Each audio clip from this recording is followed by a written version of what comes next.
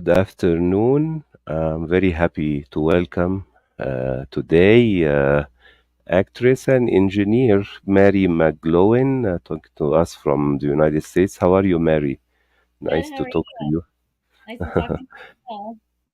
Thank you very much for accepting the interview. First, I would like to ask you about your interest into becoming an actress. How did it start? And was it in your when you were a kid, teenage years? Tell me about it. Okay. When I was a little girl, I wanted to be a spy, like James Bond. And then I found out you had to have perfect hearing and eyesight to be a spy. So that dream died because I have hearing issues. And then I wanted to be a rock star, but that dream was smashed when I thought I couldn't sing, but I can. But and then later I went to a play with my father. I was like 8 years old, and it was Once Upon a Mattress, which is a musical based on The Princess and the Pea. And I saw the girl playing the princess, and I was like, wait a minute, I could do that. And then I thought if I was an actor that I could be anything, and that sounded very exciting to me. So that's when I was bit by the bug, I would say. And you started by studied acting or engineering? I studied acting. I've never studied engineering. Uh, Really? my day jobs have been trial by fire on the job. Really? Hmm. Yeah, Yes. So tell me about your study. You studied in the United States or you went outside to study theater? I studied in the United States, though I Uh-huh. did spend a summer with Moscow Art Theater. Yeah. They have a Mm. relationship with Harvard University, and Yeah. so I did a summer program with them called the Hmm. Stanislavski Summer School. Hmm. Uh, and that was a lot of fun and being yelled Hmm. at in Russian by a Hmm. British stage actress who um, was one of my best acting teachers I've ever had, actually. And then I studied at the Shakespeare Theater at George Washington University in DC. I got my MFA there, and I did undergrad at UC Santa Barbara. And did you continue to perform theaters after the studies? I mean, with troops and stuff like that? Yeah, I've been Hmm. acting in the theater since I was 8. Uh-huh. Um, and then I've been trying to do more film and TV in more recent years. Uh-huh. But I Hmm. still do theater as well as film and TV. Hmm. Did you manage to play a singer? Did I manage to play a singer? I actually managed to play the princess in Once Upon a Mattress when I turned Hmm. 6. I played Winifred the Woebegone, and that is a Hmm. singing role. And I sang, and it went well. And and then I also played Miss Hannigan in Annie 2 years later. So Yes, like, it was on theater. yes. On theater, yes, yes, because it was adapted several times in film, Oh Annie. yeah, I never did it Hmm. in, but Hmm. In theater, yeah, yeah. But it's yeah. very popular. Yes, but tell me, how did you land your first? I've seen you did some TV and some short and long films. Tell me about how did you get the opportunity to star in movies and television? Um, through Okay, so some things through back when I lived in San Francisco, um, I just would seek out auditions through Backstage and Theater Bay Area, which would have film and TV auditions on there. And I just went out and contacted those people and auditioned, and then got called back and got hired that way. That was before I was union. And then since I've been in New York, um, I get most of my auditions through Actors Access, Backstage, sometimes Mandy, sometimes people I know. I had a Mm-hmm. friend who was directing a feature, and I asked him who his casting director was, and he was like, "Oh, we're just going to do it ourselves off Craigslist." And I was like, "No, no, don't do that." I said, I know a ton of actors. Let me help you." And so I I cast it. And then he's like, I want you to be in it. I'm like, oh, okay. So I played a mom in that film. Mhm. It's a that Mhm. you can see it online. It's called The Luring. Mhm. Um, Yes. yeah, Yeah, yes, it's available online as well. yeah, And recently, I see you co-starred in a web series called yeah. Tech Betties. This is correct? Buddies, Tech Buddies is actually I am a creator of Tech Buddies. My friend Yes. Amanda and I wrote it together as a web series years ago, and she has since moved on to other projects, but I've kept them Yeah. all rolling. I restructured it from the web series version to a half-hour TV version. So I have now I've written what was initially like a 64-page web series season is now a 240-page 8-episode half-hour season. And so I've been pitching that show around some festivals. I pitched it at Nashville Film Festival this year. The pilot script has been a second rounder at Austin Film Festival Yes. and a selection Yes. at Catalyst. Yeah. Austin Festival was recent, I think, correct? It was a couple of Austin starts Thursday. I'm actually going this year you're for a going. Yeah, yeah. Mhm.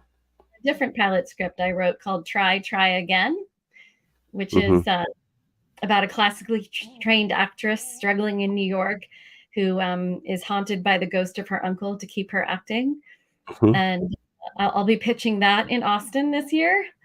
Um, yeah, I leave on Wednesday to go to that. Yeah, good luck up there. Thank But you. I want to ask you about repurposing from web series to television series. Tell me about it. What is the difference? It is, I mean, the script or also the running time? The script and the running time. So, Mm, like what we shot as the mm, webisodes, I kind of think of those now as a proof of concept for the half-hour show. Um, wherein those were like 10-minute episodes. These are like 22 to half-hour episodes. And it's a different structure you have to have a little bit more story than a web series typically has. And I have a mentor that I work with. His name is Jerry Perzigian, and he was a showrunner and he worked on the Golden Girls and Married with Children and the Jeffersons, and he's been my mentor for a few years now. And so he's helped me understand the TV structure versus the series structure, and has vetted all of my scripts. So now I'm just trying to find financing to shoot it, hopefully. Um, I may at some point decide maybe I just want to sell it, but at this point I still want to act in it. So I'm hoping to get it funded so I can get it made. don't sell it. You didn't hear about Sylvester Stallone and his script for the first Rocky? I heard no, and I totally that's my that is how I think, and I think it's brilliant that he did that, and I'm glad you brought that up because I Uh-huh. he didn't give up on Yes, himself. yes, I don't want to give yes, up on yes, and yes, and I think it was tougher in the 70s because there was no internet and digital content. You have only film. It was also before VHS tapes and DVD. So you only have one medium. If you wanted to make it a feature or a television film.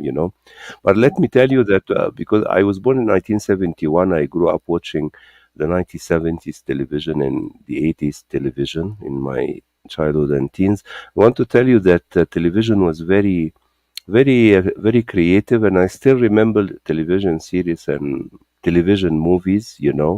yeah. Until now, try to look for them. To watch them again. Some stuff from my childhood when I was 5 or 6 years old. Oh You know, yeah. but yeah. But since we spoke about some technical stuff, I want to ask you: do you work as well for Showtime? What is your responsibility there? I work for Showtime, and I'm a quality assurance engineer, um, Yes, quite. Yes. for testing. So basically, any of their apps on any device that you could find, test them to make sure that they're working so that you as a user won't have a problem with it. Mm-hmm.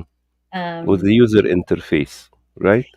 yeah, like, well, if you had a like an Android phone or a Mm-hmm. iPhone, you could Mm-hmm. download the app and And watch the start. content there.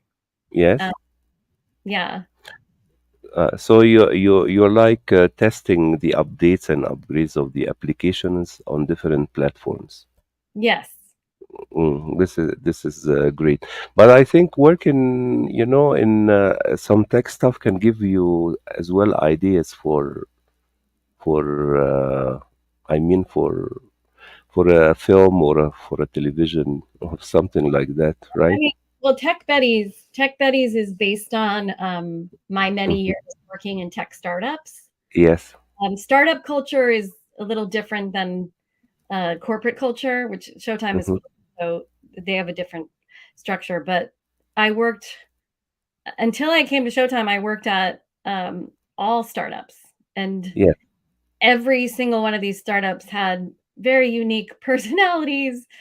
And I worked at one team. There was only like 7 of us, and we were building an app, and there was a lot of hijinks, and that sort of became the basis for Tech Betties, because Tech Betties um, was spawned because I saw the premiere of Silicon Valley on HBO, Hmm.